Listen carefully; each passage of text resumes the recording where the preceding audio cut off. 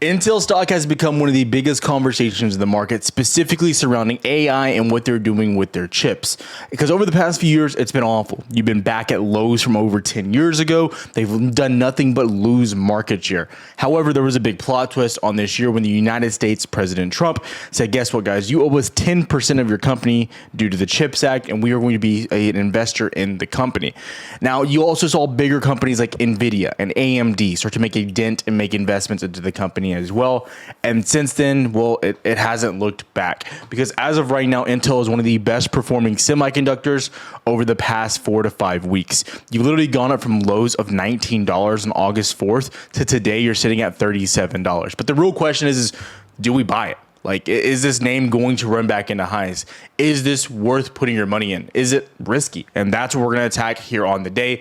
Let's get to work. Also, too, guys, if you want to see what we're trading, how we're trading every single day, the Discord link is down below for you, so you can see everything that goes into detail. Now, we're not just going to tell you what to buy now, sell now, like that. We're going to give you rundowns and breakdowns every single day of the market, what we're looking for, and everything in between from there. From there, you're going to get some of our longer term leaps, like multiple years out from Jordan, myself. You go into our watch list as well, into futures, more futures information, and then stocks we're watching on the day, more of our trade ideas for exact levels, option contracts we're liking, more details along those lines, and then obviously scalps and intraday trades and setups that we're watching and that we think you should be watching as well. You can see the profits, everything along those lines. The link is down below if you're interested. But again, take advantage while you can, because right now we did open up the starter plan, which again is not going to be open for long. It's a set amount of spots. There should not be 20 spots available anymore. It's closer to 10, maybe less, and then premier access, so you can access that.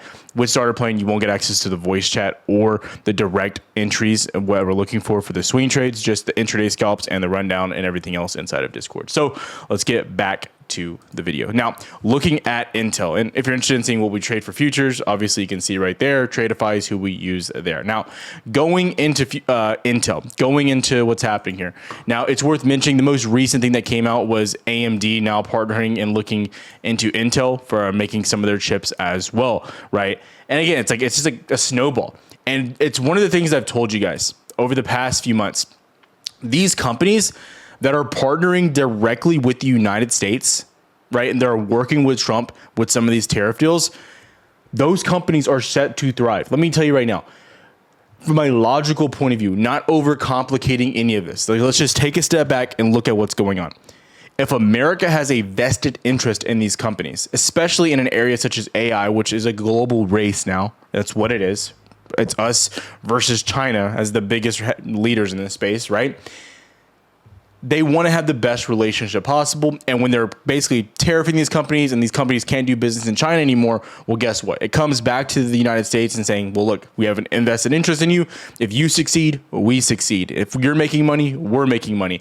The investment that they already have on Intel is already up over 50% since the announcement, which, if you think about it, is absolutely insane. Like, in a matter of a month and a half.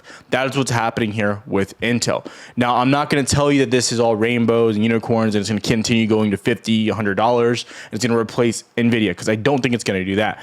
But the biggest thing that I want people to think about is who's invested into this company now.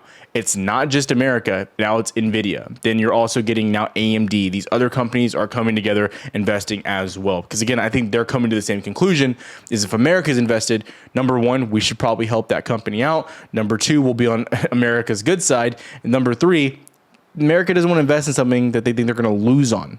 Big real conversations to be had here. Now, going back to the chart, I think you get more of an answer. Now, I've done more of these videos going over specific stocks and things like that. I do think it's important to realize that there's nothing that's changed here with revenue. Like, revenue is still the same old same, kind of on the downturn, 12 billion, 14 billion. Like, you're still doing the same numbers. Nothing crazy has shifted or changed at this moment in time. I want that to be really clear. Your market cap is still 177. So it's like, what is that? Like a 14x multiple, 13x. So where you're at there also. So important to consider, important to be watching that, understanding, what's happening there. the fundamentals haven't really started changing as far as more growth, more revenue incoming, right? That might happen over time, but we don't have that information yet. Now, what I will say, and from the last time I mentioned Intel on here, is you started gapping above this $29 level. And again, we have to use technicals to show us where buying opportunities might lie. And we said that it was very illiquid under 29.7. You were very illiquid back down to 26 and the gap fill at 25. But if you could hold 29.7, $30, you look pretty solid.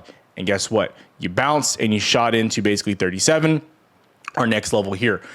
And now the question is, well, Tyler, where's the buying opportunity? Where could this go? What are we looking at? Now, again, we are using a weekly time frame here. Very important to understand that. So you can see we were sitting below 2023 lows. Before then, these same lows go all the way back to 2014, ultimately all the way back to 2003, 1997. I'm not making this up. So you are getting a pretty big breakout, like all things considered, trying to get above $38. If we could start breaking above $38, I think you're talking about getting a next level push. That next level will be closer to 42 to 44. And then from there, you're looking ultimately towards $50. So these are the big spots. I will say right now, I would urge some extreme caution as you are coming into some of these bigger levels. Now from here, you'll probably dip back down towards 36, 35. Ideally, you don't want to make too big of a low. You don't want to get too aggressive back to the downside. That being said, what do we always say? If you move up fast, you can move down just as fast. Okay, you need to understand liquidity, what's moving you, what's getting these surges to the up, what's getting the surges back to the downside, like we have seen time and time again. Okay, the other thing too is I want people to understand, just because this is in the semiconductor space, AI space, whatever you want to consider it, and it has good investors behind it, you've moved up a lot. You've moved up almost 100% over the past, few weeks. Okay. You can lose money on this, right? Now, if you're going the option route, a lot more risky. Very important to understand that you're taking on a lot more risk. But let's look at the option chain just to give you an idea. And again, I side when I'm making more of these videos about actual value companies getting, 10, 20% moves on the company. Time is your best friend. So even if we look towards something like November expirations, which I don't think is a lot of time, they're not that bad, right? But if we go a little bit further, let's go to January 2026, this upcoming January. Again, it's still not that bad. You're paying $4 for a $40 contract. IV is a little up, but it's not that crazy.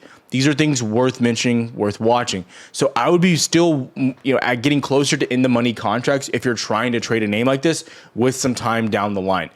Going to something like Verbatim, let's go for January 2027, over a year out on these contracts, and let's look at something like the 40s. Now, I'm not looking at buying these yet, but again, I want to see how these contracts have been moving in the weeks previous. So going back to basically September 15th right here, you were at $1.90 a contract. These things have gone crazy to $8.70. But more recently, when you dipped and you had that move above $29, like I just mentioned, right there at 29.7, September 22nd, September 20th, give or take.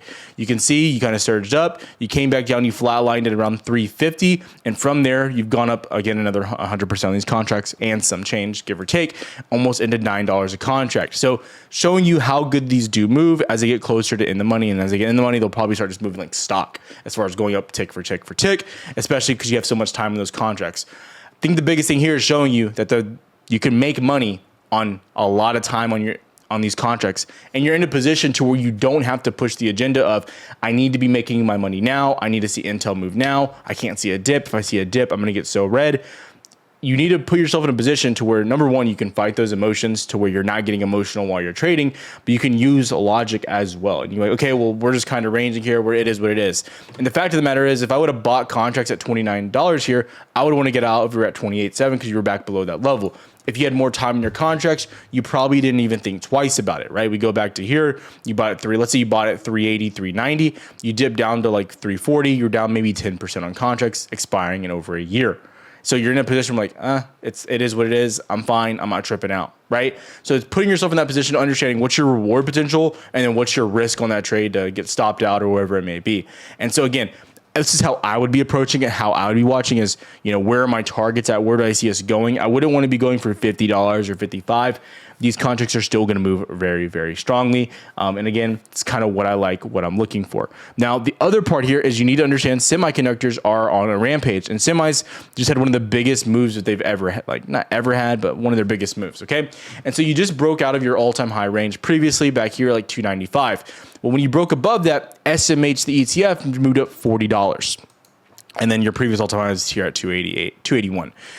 For instance, we had a pretty decent move from 260 to like 280, and like we thought it was like sent from heaven, right? But you broke out here and moved $40. So SMH has moved a lot, and semis are going crazy. So that's another thing to think about. Okay, well, I'm betting into a market that's already moved a lot. But the one area and the one signal out there that I think is like, man, this is crazy. Things could get wild. I probably am still looking at upside. I'm still probably looking to get aggressive, is what's happening right now with IWM, what's happening with some of your risk on indicators. And again, if you're on the channel, I talk about this, and it seems like every video now, it's literally the most insane thing out there. And again, IWM, the Russell, and this doesn't lie directly with Intel, but it's important to understand when the risk on sentiment gets pushed out there, it generally hits the entire market. Go look at 2021, go look at the 2022 bounce. It's very important to understand what happens when you get these big breakouts. And again, IWM hasn't had a breakout since 2020.